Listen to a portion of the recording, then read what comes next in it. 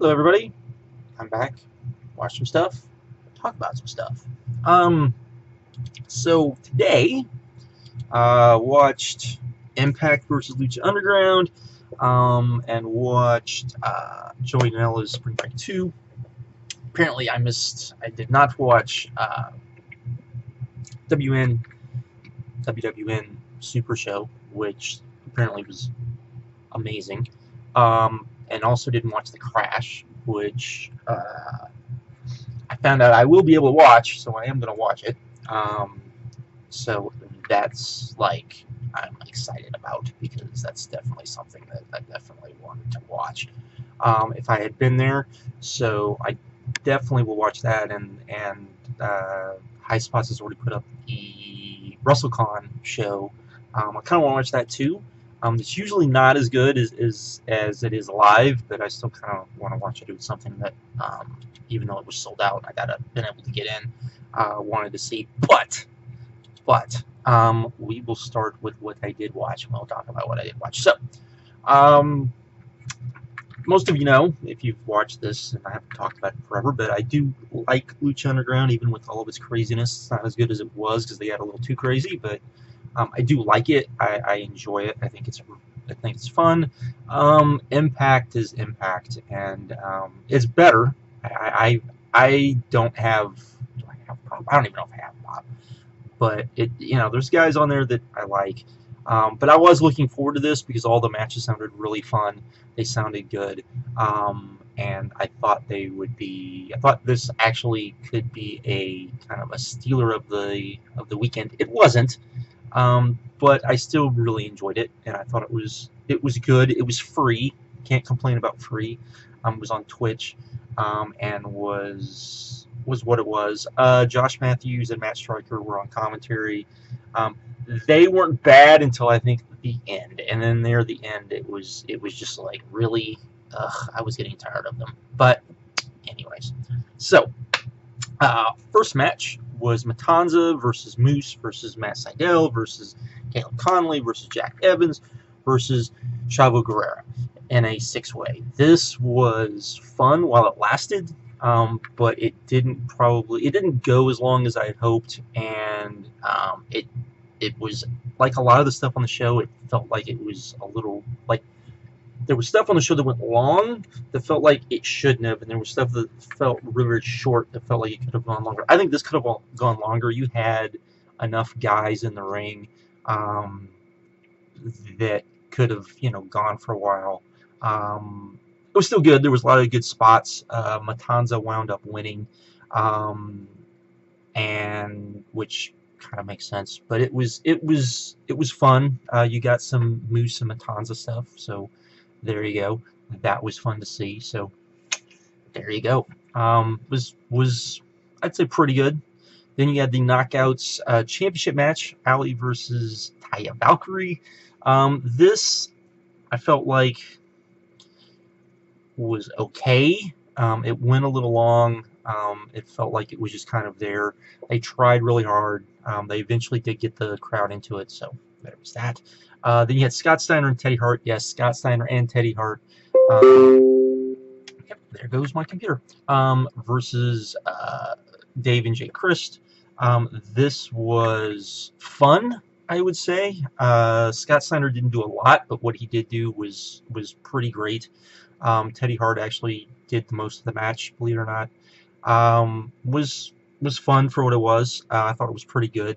The Scott Steiner stuff was everyone kind of went for it, and Scott Steiner won with the Steiner recliner, so can't complain there. Then you had a six-man tag with King Cuerno, and I'm not even sure it was really King Cuerno. Drago, sorry, Aerostar taking on Andrew Everett, Dezmond, Xavier, and DJZ.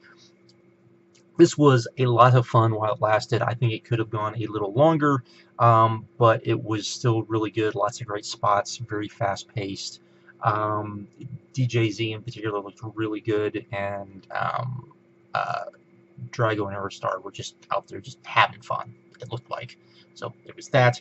Then we had, it was supposed to be Trevor Lee versus Famous B, but as if you watched Lucha Underground. It was kind of like, and instead, Famous B signed Marty the Moth to a one-day contract, I guess, and so it was Trevor Lee versus Marty the Moth, in a really good match with a kind of a crappy ending.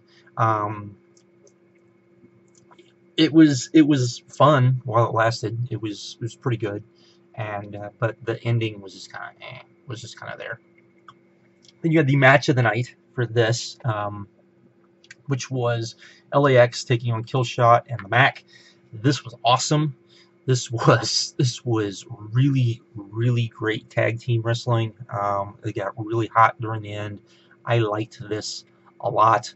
I hadn't seen the new LX, but they were really good. And if you've seen, the Mack is the Mack, and Killshot is usually really good. He had some really good spots and kicks and stuff, and it was just a lot of fun. Then you had Brian Cage versus Eli Drake. This was okay. The thing is, I think people wanted to see Brian Cage kill somebody. He's not necessarily going to kill Eli Drake, but he ended up winning. It felt like it was just kind of their kind of match. So there was that. Then we had Jeremiah Crane versus Eddie Edwards. This was kind of like the match that people were waiting for, particularly after what had happened before, with Crane, Sami Callihan taking the bat to Eddie Edwards. So there was a lot living up to this. It was an I Quit match. They fell into kind of the I Quit match kind of traps where it was a lot of, screaming into the microphone, asking a guy if he quit. It felt like it dragged a long time, and it just wasn't as good as it should have been, and it just kept going and going and going, and then it was a crappy finish where Don Callis came out and threw in the towel for Eddie Edwards, and so I'm sure it's leading to the pay-per-view, which that's fine. I mean, like I said, this is a free show. It's hard to kind of complain about kind of a TV finish on a show like this, but because the match was the way it was, it left a bad taste. Then it was supposed to be Alberto with Pentagon Jr. Taking on Austin Aries and Fenix. Instead, I guess Alberto Patron was not there. Surprise, surprise. Took on, so it was Pentagon Jr., Austin Aries, and Fenix in a triple threat match. They also announced that Pentagon Jr. and Fenix would be on the next TNA pay-per-view, or Impact pay-per-view. This was a lot of fun. It didn't go nearly as long as it could have, but it was like a really nice, I would say, TV main event type of thing. Didn't seem like it went nearly as long as it could, but there was still lots of good stuff. Pentagon Jr. was Pentagon Jr., Austin Aries was Austin Aries, Fenix was Fenix. You had, three guys in there that are excellent, and they did a really good job. So there was nothing, I would say, with the exception of the tag match. Tag match was great. There was only, the only match I would say was bad would be the I Quit match. I didn't like that at all. Everything else I thought was good. I would say, for the most part, are pretty good. So overall, I would say an enjoyable show, particularly since it was free. So I'm not gonna denounce it that. Wasn't as good as I would hoped. It was kind of underwhelming in that way, but still, they seemed like they had a really good crowd there and all that. Then it was time for Joey Janela's Spring Break 2. And could it be as much fun as the show from last year? So started off with let's see, it was Eli Everfly, DJ Z, Tony Deppen, Gringo Loco, KTB, and Teddy Hart. Yes, Teddy Hart. In a kind of scramble match. Was a lot of fun, a lot of spots. Was what the TNA one should have been, I felt. And this was just crazy spots all over the place, and was just a lot of fun. Teddy Hart was being Teddy Hart. This was pretty good. It was a really good opener. Got everything kind of set up, so that was good. Then you had Matt Riddle versus James Ellsworth. This was fun. It didn't go very long. It was portrayed kind of as a joke match. It was maybe a little bit more serious, but it still was kind of a squash, but was a lot of fun. So can't complain there. Then you had probably the surprise match of the weekend so far. CPO Carl Pierre Louette taking on Walter. This was crazy because Louette went nuts and was doing all sorts of crazy stuff, especially for, I mean, it was like Terry Funk from like ECW. He had a split-legged moonsault. He did a moonsault from the outside, from the ring post to the outside, and almost killed himself.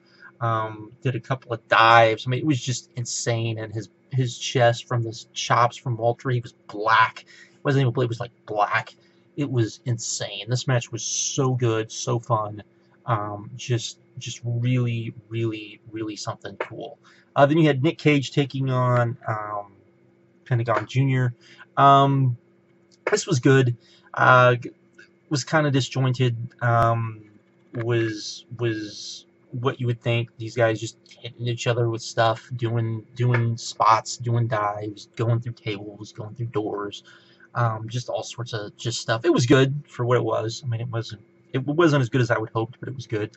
Then you had David Starr taking on Mike Quackenbush. I was very excited about this match. Anytime I could see Mike Quackenbush, I'm always good. This was really, really good.